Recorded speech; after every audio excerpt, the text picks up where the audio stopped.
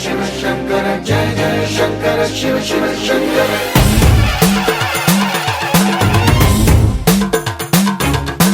पून बोंदालके पुलकिंतना दश दिशांतालके मुखविंतना కదిలాడు ధరణికే కాంతిమయుడు కరుణాంతరంగుడై ప్రణవధరుడు జయ జయ శంకర శివ శివ శంకర జయ జయ శంకర శివ శివ శంకర జ్ఞాన ప్రభారాసి దివ్య త్రినేత్రం వేద వేదాంతార్థ జ్యోతి స్వరూపం కైలాస శిఖరాలు నిజ భుజ స్కందాలు కరుణా సముద్రాలు స్వామి కనులు జయ జయ శంకర శివ శివ శంకర జయ జయ శంకర శివ శివ శంకర శిరసుకే చలువ ఆ చెలువ గంగా నుదుటికే తలుపు ఆ చంద్రవంక నెమలిపించము బోలు నీలకంఠం తెలిమబ్బులే విభూతి భస్మం జయ జయ శంకర శివ శివ శంకర అభయ ప్రళయ శక్తి లింగాలలో ఒకటైన క్షేత్రం, భారతదేశంలో అత్యంత ప్రసిద్ధి కలిగిన క్షేత్రం, గిరి ప్రదక్షిణ చేస్తే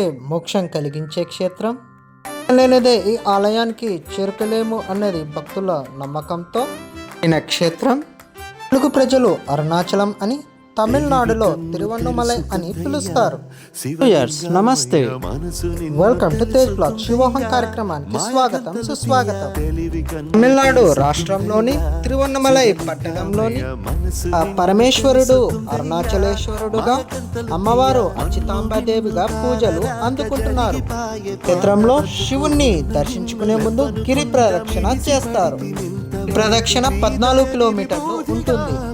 ప్రదక్షిణ చేసే సమయంలో ఇంద్రలింగం, అగ్నిలింగం, యమలింగం, వరుణలింగం, వాయులింగం, నైరుతిలింగం, కుబేరలింగం, ఈశాన్యలింగం దర్శనం చేసుకుంటారు.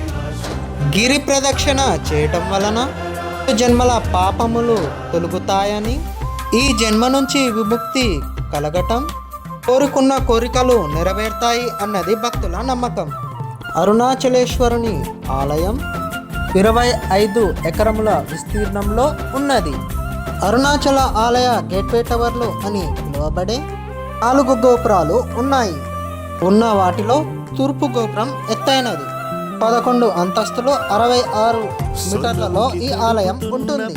నాయగర్ రాజవంశస్థులు ఈ తూర్పు గోపురాన్ని నిర్మించడం జరిగింది. భారతదేశంలో ఈ ఆలయ గోపురాలలో ఒకటిగా నిలవడం మరొక విశేషం. ప్రస్తుతం ఉన్న నిర్మాణంలో 9వ శతాబ్దంలో చోళ రాజవంశస్థులు నిర్మించడం జరిగింది.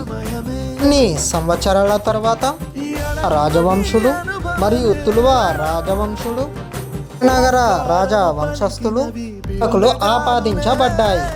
పురాణాల ప్రకారం ఆ పర్వతం మీద ఆ తోటలో కళ్ళు మూసారు. అతలు ఒక క్షణం అయినప్పటికీ చీకటి భూమికి సంవత్సరాలుగా మునిగిపోతుంది.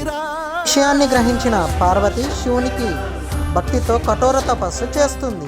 ఇప్పుడు శివుడు అరుణాచల కొండపై భాగమున వారి అగ్నిస్తంభంగా కనిపించి పంచానికి మహాశివుడు వెలుగునిస్తాడు. పరమశివుడు అర్ధనారీశ్వరుడుగా దర్శనమిస్తారు. అరుణాచల ఆలయంలో అనేక మందిరాలు ఉన్నాయి. కాలంలో నిర్మించిన 1000 స్తంభాల ఆలయం, మహాశివుడు అరుణాచలేశ్వరుడిగా మరియు అచ్యుతాంబిక దేవిగా ఆలయాలు కూడా ఉన్నాయి. నవంబర్ మరియు డిసెంబర్ నెలలో పౌర్ణమి నాడు కొండపైన భారీ కార్తీక దీపాన్ని వెలిగిస్తారు. ఈ కార్యక్రమానికి కొన్ని లక్షల మంది భక్తాదులు వస్తారు. ఈ క్షేత్రంలో కార్తీక మాస బ్రహ్మోత్సవాలు, చైత్రమాస వసంత బ్రహ్మోత్సవాలు, శివరాత్రి బ్రహ్మోత్సవాలు ఘనంగా నిర్వహిస్తారు. ఈ ఆలయానికి చేరుకోవాల్సిన మార్గం హైదరాబాద్ నుంచి లేదా కాచిగూడ నుంచి ప్రత్యేక రైలు ద్వారా కానీ, చెన్నై నుంచి బస్సు లేదా రైలు మార్గం ద్వారా కానీ, తిరుపతి నుంచి బస్సు లేదా రైలు మార్గం ద్వారా ఈ క్షేత్రానికి చేరుకోవచ్చు. వీడియో నచ్చినట్లయితే లైక్ చేయండి, షేర్ చేయండి, సబ్స్క్రైబ్ చేయండి.